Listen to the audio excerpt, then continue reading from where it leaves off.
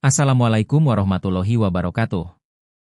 Halo sahabat belajar, selamat datang di channel Muhammad Jailani Manjur. Di sini kita belajar dengan mantap dan hasil jujur, karena belajar itu bukan sekadar nilai, tapi pemahaman yang akan menemani kita sepanjang hidup. Hari ini kita masuk ke sesi pemantapan asesmen nasional berbasis komputer, ANBK, untuk asesmen kompetensi minimum, AKM. Yuk sama-sama kita siapkan diri, bukan cuma untuk ujian, tapi untuk jadi generasi yang cerdas, kritis, dan jujur. Mantap dengan hasil jujur. Hari ini kita akan masuk ke simulasi AKM, asesmen kompetensi minimum. Selamat datang, teman-teman.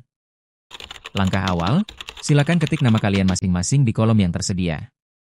Bayangin aja ini kayak daftar hadir di kelas, biar nanti hasilnya bisa kita lihat sesuai nama kalian. Oh iya, jangan lupa sebelum mulai, kita awali dengan berdoa dulu supaya ilmunya berkah dan kita bisa jawab soal dengan tenang. Siap?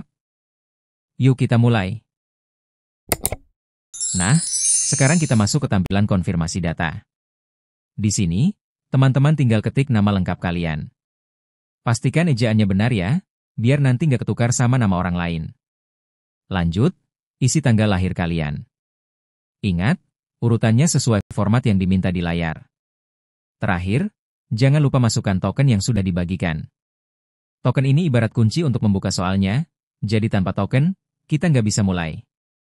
Kalau semua sudah diisi, cek lagi sebentar. Kalau udah yakin benar, tinggal klik tombol konfirmasi.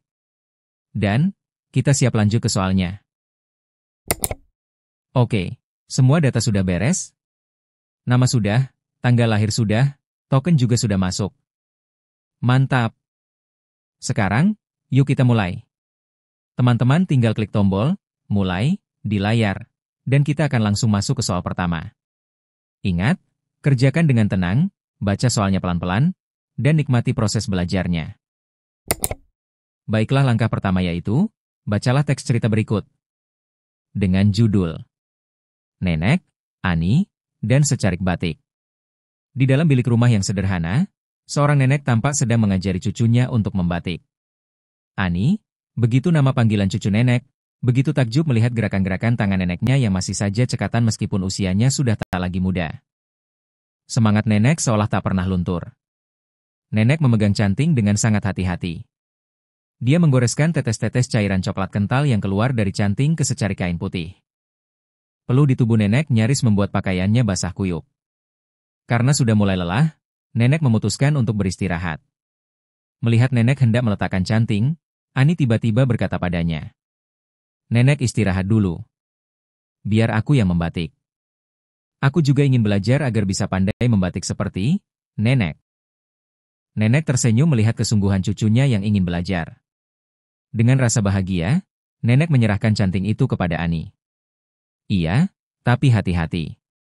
Di dekatmu ada kompor dan malam yang mendidih," jawab nenek sambil berdiri dari kursinya. Dengan cepat, Ani langsung mengambil canting itu dan mulai membatik. Ya, Ani tidak sabar ingin segera mengoleskan cairan malam itu pada desain batik pesisir yang sudah dibuat oleh nenek. Ani ingin membuktikan kepada nenek bahwa dia adalah orang yang mewarisi kepandaian nenek dalam membatik. Tanpa sadar, baju Ani mulai basah oleh peluhnya sendiri. Dia mulai sering menggeliat karena otot-ototnya terasa kaku. Ani harus fokus dan berhati-hati agar cairan malam yang dioleskannya tetap berada dalam motif batik yang sudah digambar. Beberapa kali Ani tampak kesulitan mengoleskan cairan malam itu. "Ah, susah sekali," ucap Ani dalam hati. Ani begitu lelah. Rasanya, dia sudah tidak sanggup lagi melanjutkan. Tiba-tiba, ketika mencoba meregangkan otot-otot kakinya, ujung jari kaki Ani menyenggol kompor yang menopang cairan malam yang mendidih. Cairan itu tumpah membasahi lantai. Kulit kaki Ani sedikit terciprat. Beruntung, cairan malam itu tinggal sedikit. Meskipun sedikit, cipratan itu sudah cukup untuk membuat Ani menangis terisak.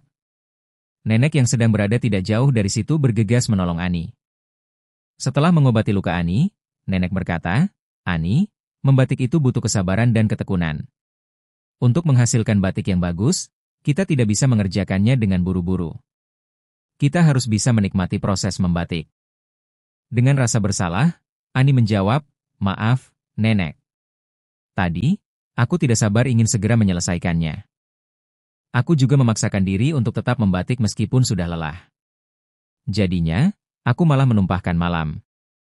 Nenek pun memeluk Ani. Dalam dekapan nenek, Ani berjanji untuk lebih bersabar ketika membatik. Dia akan berusaha untuk menikmati setiap prosesnya. Ya, tak ada batik yang berkualitas jika tidak dibuat dengan penuh kesabaran dan ketekunan. Soal nomor 1. Nenek menggoreskan tetes-tetes cairan coklat kental pada secari kain putih. Dari mana tetes-tetes cairan itu berasal? Jawabannya adalah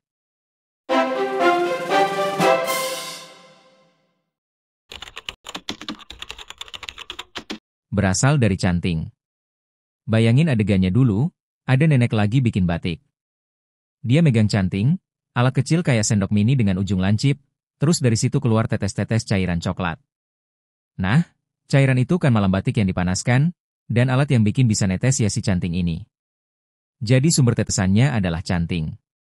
Kesimpulannya, tetes-tetes cairan coklat kental itu berasal dari canting. Soal nomor 2. Apa yang membuat Ani takjub saat memandang nenek yang sedang membatik? A. Gerakan tangan nenek yang masih cekatan meskipun usianya sudah tua. B. Semangat nenek yang tidak pernah luntur. C. Cara nenek memegang canting dengan hati-hati. D. Pakaian nenek yang indah dan berwarna-warni.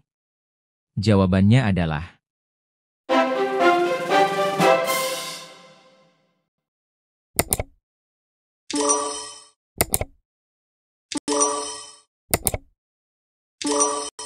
A, B, dan C benar.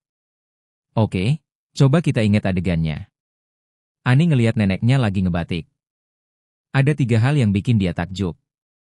Nenek udah tua, tapi tangannya masih cekatan. Nenek punya semangat yang gak pernah pudar. Nenek juga hati-hati banget pas pegang canting. Nah, 3 hal itu semuanya ada di teks. Tapi pilihan D gak ada ceritanya, ya. Jadi jawaban tepatnya adalah A, B, dan C. Kesimpulannya, Ani takjub karena gerakan tangan nenek, semangat nenek, dan cara nenek memegang canting dengan hati-hati. Soal nomor 3. Melihat Ani menangis terisak karena terkena cairan malam, nenek langsung menolong Ani. Nenek kemudian menasihati Ani dan memeluk tubuh Ani.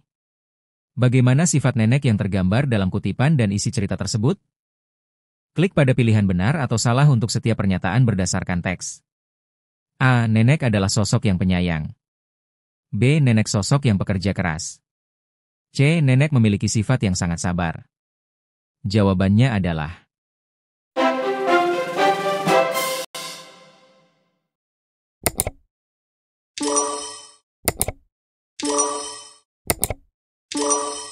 A. Benar. B. Salah. C. Benar. Kalau kita teliti isi teksnya. A. Benar, karena nenek sabar dan mau mengajari cucunya, jelas penyayang. B. Salah, karena teks nggak menyebut nenek pekerja keras secara eksplisit. Fokusnya ke kecekatan, bukan kerja keras. C. Benar, karena sabar kelihatan dari cara memegang canting dan mengajari Ani dengan telaten. Kesimpulannya. A. Benar, B. Salah, C. Benar. Soal nomor 4. Sebelum menumpahkan malam dan mendengar nasihat nenek, bagaimana sikap Ani ketika membatik? Klik pada setiap pilihan jawaban benar. Jawaban benar lebih dari 1. A. Ani tetap membatik meskipun sudah merasa lelah. B. Ani menyadari jika membatik memerlukan kesabaran.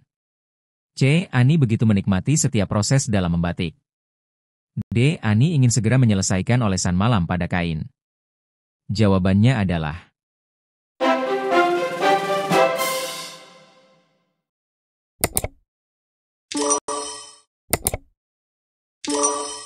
A dan D benar.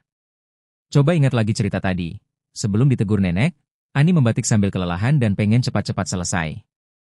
Dia belum benar-benar sabar atau menikmati prosesnya, makanya sampai malamnya tumpah.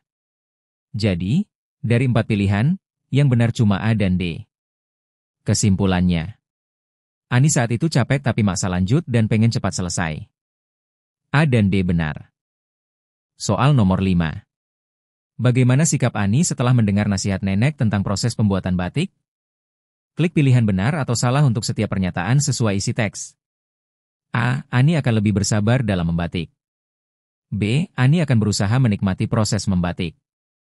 C. Ani akan lebih cepat ketika mengoleskan malam. Jawabannya adalah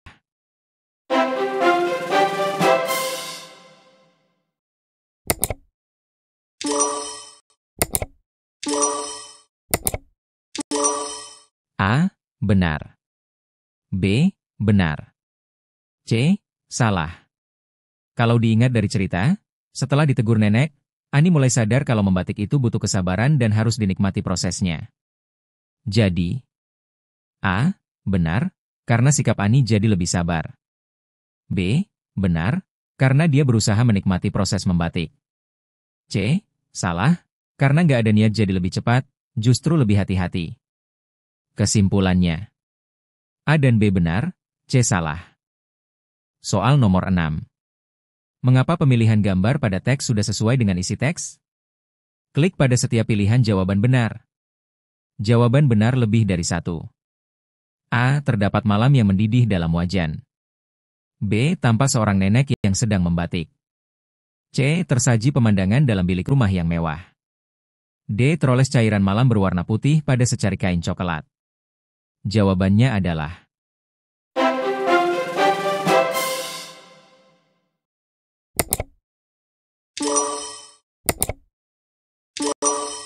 A dan B, benar. Kalau kita cocokkan gambar sama cerita. A benar, karena di teks ada malam batik yang dipanaskan. B benar, karena fokus cerita memang nenek yang sedang membatik. C salah, karena rumahnya justru sederhana, bukan mewah. D salah, karena di teks, kainnya putih dengan malam coklat, bukan sebaliknya. Kesimpulan. Jawaban tepat adalah A dan B. Terima kasih telah berpartisipasi dalam tes ini. Silahkan tekan tombol merah yaitu subscribe, tekan loncengnya, dan share sebanyak-banyaknya sehingga video ini berguna bagi orang banyak. Bila ingin lihat soal yang lainnya silahkan kunjungi di bagian playlist Muhammad Jailani Manjur. Terima kasih sudah menyimak hingga akhir dan sampai jumpa lagi. Wassalam.